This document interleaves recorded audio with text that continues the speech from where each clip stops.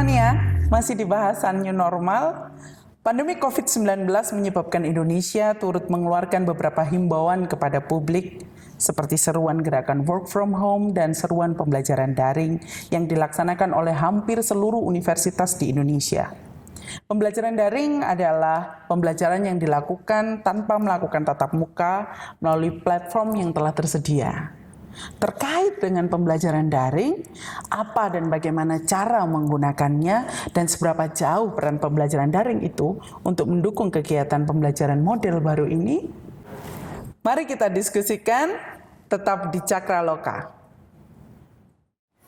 Selamat datang di Cakraloka Universitas Negeri Malang, Excellent in Learning Innovation. Bersama saya, Feby Henuk, host Cakraloka. Pada saat ini, saya tidak sendiri. Saya bersama Ketua Lembaga Pengembangan Pendidikan dan Pembelajaran, bersama Bapak Wayan Dasna. Selamat datang Bapak di Cakraloka. Terima kasih. Di situasi pandemi ini masih tetap tersenyum, sehat begitu Pak ya? Harus selalu tersenyum dan sehat biar imun kita meningkat. Meningkat, betul. Kuncinya adalah bahagia begitu Pak ya? Betul. Baik, ada begitu banyak hal yang saat ini sedang terjadi terkait dengan adanya pandemi COVID-19 ini Bapak. Ada aktivitas-aktivitas yang mungkin hampir tidak pernah dilakukan. Salah satunya adalah aktivitas pembelajaran daring. Istilah ini begitu populer Pak di awal tahun 2020 ini tuh sangat populer. Nah, terkait aktivitas daring ini, Universitas Negeri Malang itu tentu saja melakukan pelaksanaan pembelajaran daring kan Pak ya. Kira-kira kebijakan-kebijakan apa Pak yang mendasari Universitas Negeri Malang perlu melakukan pembelajaran daring ini? Baik Pak Berita, betul sekali. Kita sejak pertengahan Maret yang lalu kita mulai mengubah pembelajaran tatap muka kita ke arah pembelajaran daring karena adanya pandemi COVID-19 ini. Artinya pada saat itu, pada awal Maret itu terpaksa kita melakukannya. Nah sekarang dengan adanya surat keputusan bersama 4 menteri pada pertengahan bulan Juni ini, pada pembelajaran semester yang akan datang itu praktis akan kita lakukan juga secara daring. Pembelajaran daring bagi UM itu sebenarnya sudah ada pada standar pendidikan UM Peraturan Rektor nomor 16 tahun 2020 bahwa implementasi kurikulum UM 2018 itu dilaksanakan dengan Cipejar. Nah, Cipejar itu adalah terkait dengan pembelajaran daring. Jadi pembelajaran daring. Jadi kita sudah menyiapkan, artinya sistem kita siapkan. Kita punya sistem pengelolaan pembelajaran, yaitu yang kita sebut dengan Cipejar. Cipejar itu merupakan kombinasi antara siakat kita, artinya kurikulum kita itu ada di siakat, kemudian ada learning management sistemnya, kita menggunakan dan kombinasi itu, nah itulah kita sudah punya LMS Cipejar. Nah akhirnya ada SKB 4 Menteri pada pertengahan Juni ini, artinya pada semester yang akan datang pembelajaran baik di sekolah maupun di perguruan tinggi akan menggunakan pembelajaran daring. Artinya landasan untuk menyelenggarakan pembelajaran daring itu sudah kita miliki atau ada pada standar pendidikan Universitas Negeri Malang. Kurikulum sudah kita juga desain. Saya kira itu tidak ada masalah. Itu sudah landasan yang kuat kita miliki. Jadi perlu saya informasikan kepada Cakramania. Jadi pemirsa Cakraloka itu namanya Cakramania Bapak.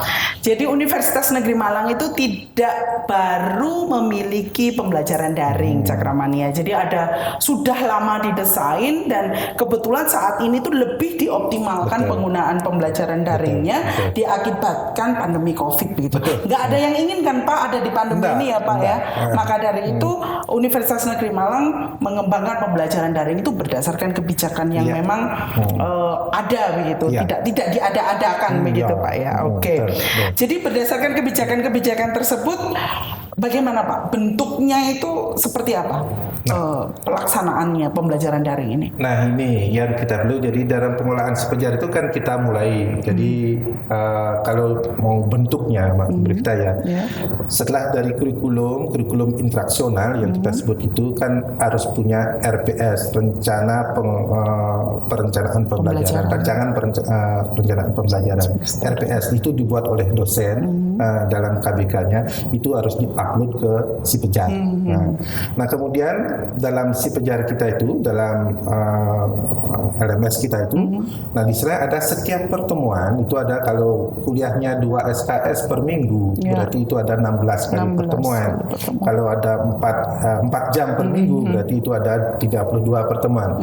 Nah setiap pertemuan itu sudah ada kontennya apa, jadi apa yang harus dibaca oleh mahasiswa, apa tugasnya mahasiswa yang dikerjakan, apa tagihan, jadi tugas, tagihan, evaluasi, itu mahasiswa sudah bisa lihat di setiap pertemuan itu, termasuk ada forumnya. Ada forumnya, artinya setelah mahasiswa membaca, mengerjakan tugas, upload, ada diskusi yang harus dilakukan sebagaimana proses pembelajaran tatap muka. Nah, dalam diskusi itu ada interaksi antara dosen dengan mahasiswa. Itu yang jadi kalau dilihat ini seperti bahwa perkuliahannya itu pindah tempat begitu, pindah saluran begitu ya. Yang selama ini mungkin ada tatap muka juga digabung, ada yang daring, ada juga yang offline begitu.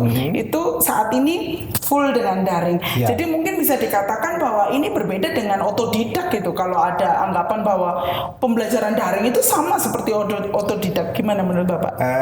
Iya, jadi jelas berbeda. Gini loh, pembelajaran daring itu yang pertama, kita tidak memindahkan kelas konvensional tatap muka secara konvensional kepada tatap muka online, itu tidak seperti itu. Artinya kita harus mendesain pembelajaran itu. Jadi desain apakah itu misalnya katakanlah kita punya 16 pertemuan.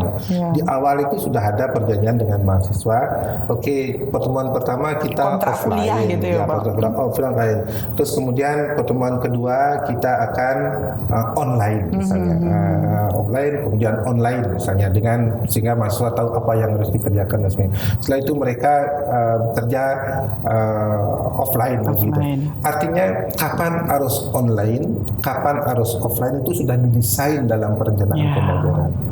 Yang kedua, konten pembelajaran daring itu berbeda dengan konten offline. Kalau misalnya offline kita, ini saudara ada artikel baca, tolong dibaca, nanti kerjakan tugasnya. Kalau online nggak seperti itu.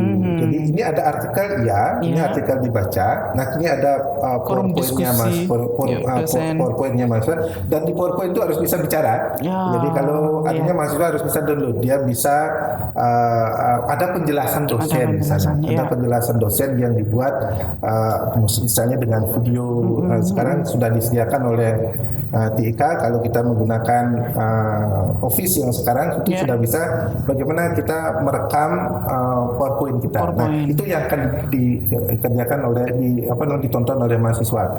Nah, setelah mereka belajar itu ada tugas yang harus dikerjakan. Nah, ada forum diskusi, ada forum diskusi itu artinya ada interaksi antara dosen dengan mahasiswa dengan mahasiswa. Nah, itu kita berinteraksi, menyamakan persepsi. Itu saya kira tidak berbeda dengan paradigma pembelajaran kita bahwa student center learning itu kan ini ada sumber belajar.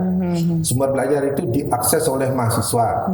Ini dosen juga mengakses sumber belajar yang sama, masing-masing membaca gitu ya, masing-masing memahami. Nah, ketika diskusi itulah terjadi penyamaan persepsi antara dosen dengan mahasiswa, sehingga terjadi konstruksi konsep, itulah yang kita dalam proses pembelajaran. Baik. Pengguna si Pejar ini adalah dosen dan mahasiswa. Ada tantangannya nggak sih Pak? Nah, begini. si Pejar itu digunakan oleh artinya dosen menyiapkan apa yang dilakukan oleh mahasiswa mengakses ke sana. Tentu tantangan itu yang pertama itu sama dengan kalau menggunakan teknologi apapun yang baru ya Pak. Tantangannya ini begitu diakses muter-muter kan gitu ya. Begitu muter-muter akan ditinggal. Nah itu tantangan kita. Artinya secara hardware gitu ya. Secara itu tantangan kita adalah bagaimana kita menyiapkan LMS yang kita miliki itu mudah diakses, mudah digunakan, lancar dan sebagainya. Itu sudah. Nah itu yang kita alami pada semester yang kemarin. Kita tidak pernah memikirkan 30.000 mahasiswa kita mengakses bersama-sama dalam sejak kemudian down. Begitu down, kemudian banyak para dosen kita beralih menggunakan aplikasi yang lain. Ada yang WhatsApp, ada yang Google Meet, ada yang Google Classroom dan sebagainya. Enggak apa-apa, itu berkembang. Tapi kita juga memperbaiki terus sistem yang kita miliki dengan penambahan server, dengan penambahan memori dan sebagainya. Itu tetap kita lakukan. Ini gini, pengelolaan pembelajaran online itu memang harus punya LMS. Nah, LMS itu bagian yang sangat penting. Nah, itu kita sudah kembangkan. Nah, sekarang kalau pertama kali begitu kita akses, kelihatannya ini upload materinya di mana ya? Ini cara kita forumnya di mana ya? Nah, sama dengan kita punya gadget Mbak Devita pertama kali ini tombolnya di mana ya, tombolnya di mana?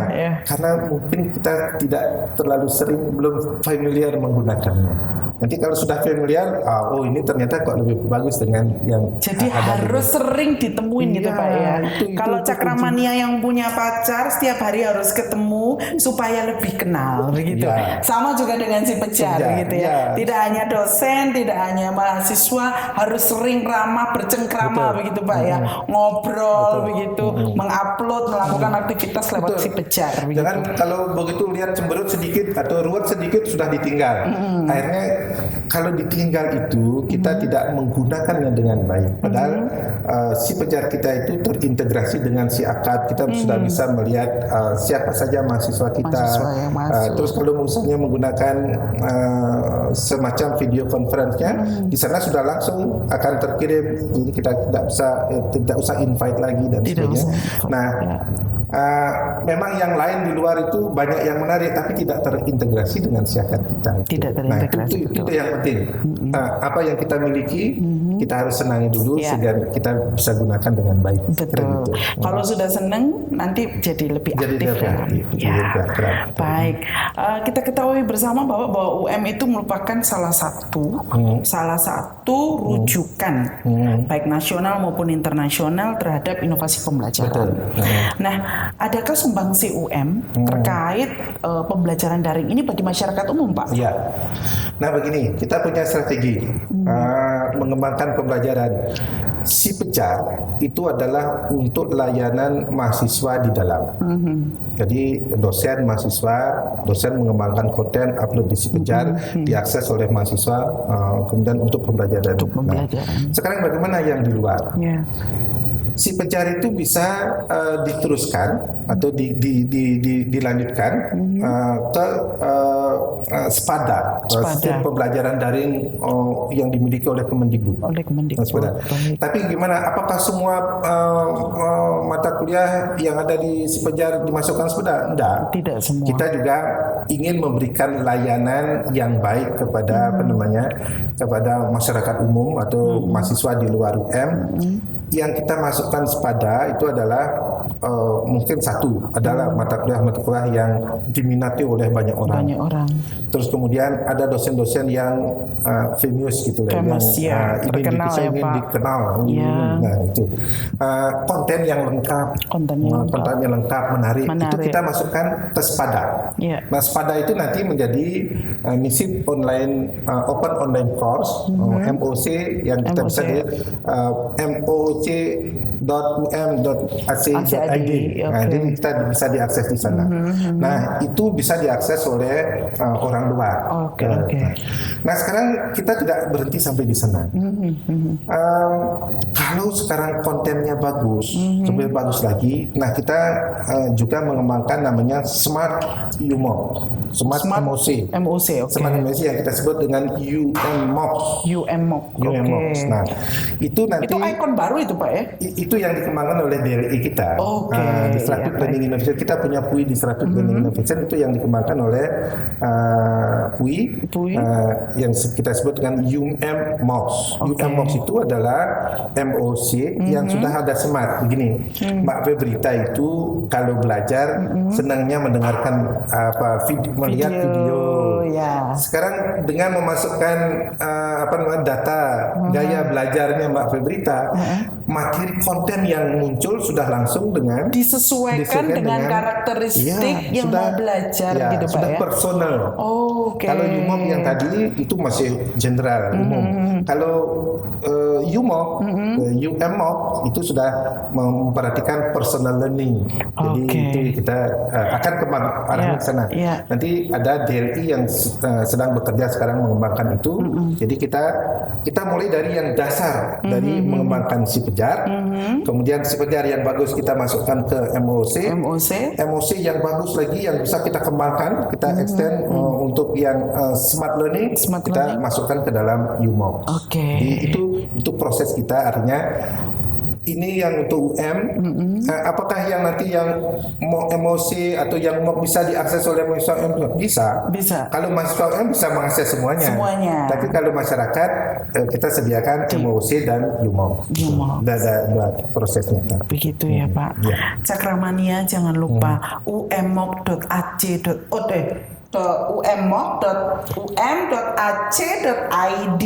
Jangan lupa moc.um.ac.id. Kunjungi. Pertanyaan berikutnya, gratis nggak Pak? Ya, kalau sekarang masih gratis ya Pak. Tapi kalau UMOC nanti itu memang ada yang gratis, ada yang berbayar. Ada yang berbayar. Ya kan kalau sudah UMOC dimanapun UMOC itu kan ada kekhususan, karena ada layanan khusus yang diberikan. Saya yakin Cakramania juga sudah tahu bahwa tidak semua pembelajaran daring itu gratis. Jadi mumpung masih gratis, jangan lupa dikunjungin ya kan. Baik, artinya memang UM itu istilahnya tidak hanya bermanfaat ke dalam ya Pak, tidak hanya dosen dan mahasiswanya saja yang mendapatkan manfaat, tapi juga berimbas kepada masyarakat. Itu memang harus begitu. Dan yang lain mungkin saya tambahkan sedikit dalam konteks pembelajaran daring, selain juga kita menyiapkan di dalam dosen-dosen kita, ini kita mengembangkan 126 orang dosen pelopor yang merupakan wakil dari prodi-prodi. Dosen pelopor itulah yang akan melatih teman-teman sejawat di tingkat jurusan prodi untuk melaksanakan pembelajaran daring. Ini ya orang mungkin seperti saya dan sebagainya itu ya tidak gaptek tapi juga tidak fasih benar gitu. Nah perlu teman yang akan mudah mendampingi. Jadi kita proses di sana. Tapi kalau untuk para guru itu juga kita ada webinar daring yang disediakan oleh LP3. Itu isinya ada juga workshop. Nanti misalnya kita yang kemarin bagaimana mengajar daring PAUD dan SD. Itu sudah kita lakukan. Bagaimana mengajar daring untuk sekolah menengah, bagaimana mengajar daring untuk SMK dan sebagainya. Nah, tapi yang lebih penting lagi adalah bagaimana melakukan evaluasi pembelajaran daring. Nah, itu juga kita lakukan baik untuk dosen juga untuk para guru. Nah, ini yang menjadi tantangan besar bagi kita adalah khususnya untuk prodi-prodi kependidikan adalah bagaimana nanti menyiapkan mahasiswa KPL kita yang kuliah praktik kerja lapangan di sekolah dan sekolahnya tidak ada muridnya, sekolahnya ini daring gitu ya. Virtual, Nah itu juga sudah kita siapkan. Kita menyiapkan mahasiswa kita. Kalau dulu menyiapkan KPL satunya di kampus peer teaching, sekarang bagaimana peer teaching secara daring. Jadi sudah kita siapkan. Artinya mahasiswa yang akan turun ke lapangan juga sudah kita siapkan dengan terencana dengan baik sehingga mereka melaksanakan KPL pada semester yang akan datang juga akan berjalan dengan baik. Oke. Jadi Cakramania, sekalipun pembelajaran daring bukan berarti kamu belajar sendirian gitu ya. Kamu belajar dibantu dengan fasilitas-fasilitas yang sangat luar biasa dari yang dikembangkan oleh UM melalui LP3 begitu ya Bapak. Baik, kira-kira harapannya terhadap pembelajaran daring sejauh ini apa Pak? Untuk dosen, mahasiswa itu apa? Ya itu yang pertama tentang penggunaan si pejar. Warga UM, dosen, mahasiswa mungkin ada keterbatasan si pejar kita, tetapi tetap kita harus pakai itu. Yang terbatas itu apa kelemahannya kita perbaiki. Tapi sehingga kita punya suatu sistem yang mantap dan itu kita gunakan. Jadi kita banyak yang di luar bisa aja, tapi itu punya orang lain gitu. Kita gunakan itu. Yang kedua, kunci yang kedua itu mempelajari itu adalah dalam pengembangan konten, karena nanti katakanlah pembelajaran itu kalau mahasiswa sih bisa aja masih interaksinya, artinya ini ada sumber belajar, ini ada dosen, ini ada mahasiswa, masih segitiga. Kalau di SD ini sumber belajar, siswa, guru, ada orang tua ada empat. Jadi artinya konten itu memegang penting. Memegang peranan penting. Oleh sebab itu kita harus selalu berinovasi mengembangkan konten. Mak Bebrita punya hasil riset tentang pembelajaran, kembangkan ke dalam bentuk pembelajaran konten, pembelajaran daring sehingga bisa dimanfaatkan. Jadi dari hasil-hasil inovasi sejawat teman dosen di UM dan juga mahasiswa punya konten yang bagus misalnya, itu bisa nanti kita masukkan di dalam si pejar sehingga semakin kaya. Semakin kaya, baik. Kalau boleh disimpulkan berarti UM merespon keadaan pandemi ini itu dengan menyediakan si pejar salah satunya, dikembangkan sampai kepada tadi MOOC yang lebih ekstra lagi, yang lebih luar biasa itu untuk menjawab tantangan ini begitu. Dan juga UM berkomitmen untuk tetap terus berinovasi begitu Pak ya. Tidak boleh stuck dengan segala macam yang ada, yang tadi Bapak sampaikan jaringannya drop dan segala macam, tidak berhenti dari situ, tetap terus berinovasi dalam pembelajaran agar tetap menjadi rujukan bagi begitu banyak orang begitu Pak ya. Jadi memiliki manfaat. Saya rasa itulah pembelajaran daring bersama LP3, bersama Pak Wayan Dasna. Apa yang kita dapatkan, satu yang harus kita lakukan adalah sayangi si pejar. Ayo kuliah bersama si pejar.